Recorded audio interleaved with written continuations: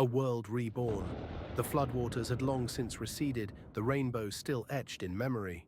Humanity was beginning again, springing from the three sons of Noah, Shem, Ham, and Japheth. Genesis 10 is often called the Table of Nations, a record of the origins of the peoples who would spread across the earth. It is more than just a genealogy. It is a map of the human story, a glimpse into the unfolding plan of God for the nations. The sons of Japheth, distant horizons. Japheth, the eldest son of Noah, became the father of many who would dwell in the distant coastlands and islands. His sons Gomer, Magog, Madai, Javan, Tubal, Meshech, and Tiras each became the patriarchs of entire regions and cultures. From Gomer came Ashkenaz, Riphath, and Togarmah. From Javan came Elisha, Tarshish, Kittim, and Dodanim. These names would echo through history from the bustling ports of the Mediterranean to the far reaches of the north. The descendants of Japheth would spread wide, inhabiting the coastlands and shaping the maritime powers of the ancient world. In this scattering, we see the beginnings of cultural diversity, languages and nations taking root far from the ark's resting place. The sons of Ham, kingdom builders. Ham's line produced some of the most influential and powerful civilizations of the ancient world. His sons were Cush, Mizraim, Put, and Canaan. From Cush came Seba, Havilah, Sabta, Rama, and Sabteka. Rama was the father of Sheba and Dedan. One of Cush's descendants, Nimrod, became a figure of great renown.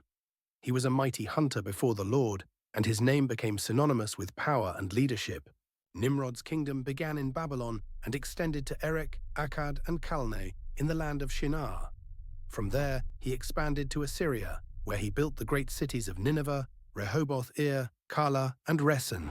Mizraim's descendants gave rise to the Egyptians, the Philistines, and other peoples who would play central roles in biblical history. Canaan's line would inhabit the land that later became the setting for Israel's story, filling it with cities and nations, the Hittites, Jebusites, Amorites, and many more, the sons of Shem, the chosen line. Shem, the forefather of the Hebrews, continued the line that would one day bring forth Abraham and ultimately the Messiah.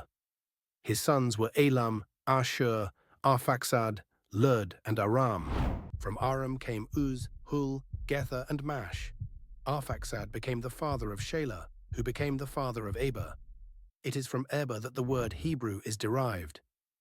Eber had two sons, Peleg, whose name means division, for in his days the earth was divided, and Joktan, whose many sons spread across the Arabian Peninsula, Almodad, Shelef, Hazarmaveth, Jerah, Hadaram, Uzal, Dikla, Obal, Abimael, Sheba, Ophir, Havilah, and Jobab.